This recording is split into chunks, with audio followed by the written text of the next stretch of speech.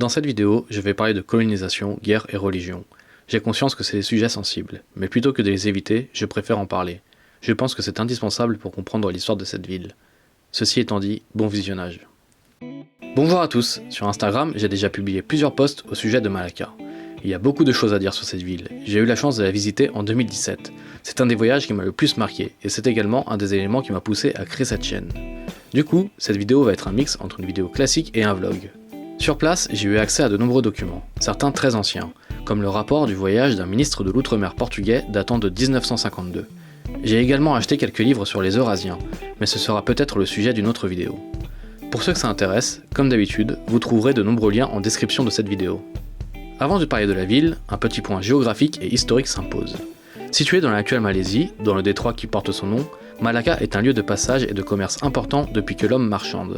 C'était la plaque tournante du commerce entre la Chine et l'Indonésie, avec l'Inde et le Moyen-Orient. Encore aujourd'hui, c'est une des routes maritimes les plus empruntées. En 1511, après plusieurs tentatives de négociation, les Portugais, emmenés par Alphonse d'Albuquerque, le vice-roi des Indes, prennent la ville par la force. La bataille fut compliquée, les Portugais durent affronter des éléphants de guerre.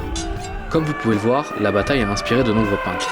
On retrouve la peinture de droite dans le salon noble du Parlement portugais à Lisbonne. La ville restera sous domination portugaise plus d'un siècle. Ce fut le point de départ d'expéditions et de l'évangélisation de l'Asie du Sud-Est. Le sultan local et ses alliés essaieront à plusieurs reprises de reprendre la ville, sans succès. Mais son importance suscita des convoitises. Elle fut prise aux Portugais par les Néerlandais, puis échangée avec les Anglais contre d'autres territoires. Malacca fera partie de l'Union malaise lors de l'indépendance en 1946. C'est une ville riche en histoire. Elle sera donc classée au patrimoine mondial de l'UNESCO en 2008. Maintenant que vous connaissez le contexte, intéressons-nous plus en détail à cette ville.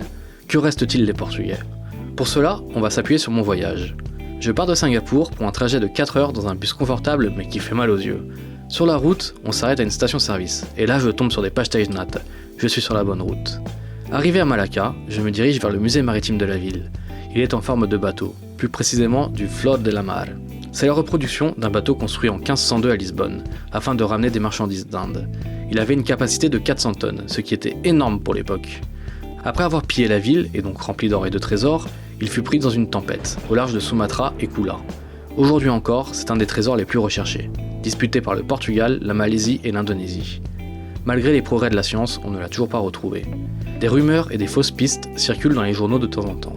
Pour en revenir à la reproduction et au musée, à l'intérieur on retrouve des vestiges et des explications de la conquête portugaise.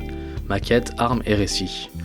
Pour l'anecdote, à l'époque, j'avais essayé de faire des vidéos de mon voyage, mais ce fut un échec. La vidéo bouge, le son est dégueu et j'ai même fait tomber le matériel. Bref. Ensuite, je suis parti voir la porte de Santiago. C'est le monument le plus célèbre de Malacca. C'est l'unique partie encore debout de la forteresse construite par les Portugais pour défendre la ville. On trouve d'autres morceaux résultant de fouilles archéologiques, ainsi que des reconstructions. La démolition de la forteresse est surtout due aux Anglais. Elle était tellement solide qu'ils durent utiliser des tonnes d'explosifs. Un peu plus loin, il y a l'église Saint-Paul. Elle fut construite en 1521 par un Portugais qui avait survécu à une tempête en mer. La chapelle fut modifiée à de nombreuses reprises, par les Portugais et les Néerlandais, puis laissée à l'abandon par les Anglais. Il y a de nombreuses pierres tombales portugaises en exposition à l'intérieur. On y retrouve aussi la statue de Saint François Xavier, qui a séjourné à de nombreuses reprises à Malacca. Il fut même enterré ici un temps, avant que son corps ne soit transféré en Inde. Au sujet de François Xavier, il fut envoyé par le pape pour convertir les populations locales. En 1541, il embarque pour Goa, en Inde, puis passe par Malacca et d'autres pays, notamment le Japon. Il a été canonisé, considéré comme l'apôtre des Indes. Plusieurs peintures, statues, églises ou reliques lui rendent hommage. À Lisbonne, il est présent sur le monument des découvertes, aux côtés des grands navigateurs. Il y a également un quartier qui porte son nom. Et dans l'emblème de ce quartier, il y a un crabe. Lors de mon séjour, on m'a raconté l'histoire de ce crabe. Pris dans une tempête en mer, François Xavier aurait prié et plongé son crucifix dans l'eau pour que ça se calme. Cela fonctionna. Mais il perdit son crucifix dans l'eau. Une fois à terre, un crabe sortit de l'eau avec dans ses pinces le crucifix. Pour le bénir, François Xavier fit une croix sur sa carapace. Depuis, il y a réellement une espèce de crabe qui possède une croix sur sa carapace. Le pêcheur qui m'a raconté cette histoire m'a dit qu'il relâchait tous les crabes qui possédaient cette croix. Revenons-en à Malacca. Il faut noter tout de même qu'on retrouve de nombreuses influences architecturales dans la ville, comme par exemple des bâtiments, églises et même des moulins typiques des Pays-Bas. À cet endroit, on trouve également le point zéro de la ville. Lisbonne est à 11 699 km. Enfin, direction le quartier portugais, en périphérie de la ville. C'est un petit bout de Portugal en Malaisie. Ce quartier a été fondé en 1926. C'est une sorte de bastion chrétien dans une ville et un pays majoritairement musulmans. Là-bas, tout me faisait penser au Portugal. L'église, les noms de rues, les restaurants, les habitants et la place des fêtes. Comme vous pouvez le voir, ils organisent même des fêtes en l'honneur des saints. J'ai ensuite rencontré des habitants du quartier. On a pris le petit déjeuner ensemble et on a discuté pendant de longues heures. Sur place, j'ai rencontré un architecte portugais qui vivait à Macao. Il était également photographe et réalisait des portraits des descendants de Portugais afin de souligner les traits de leur visage, qui nous semblent si familiers. C'est grâce à eux que j'ai eu accès aux documents dont je vous ai parlé.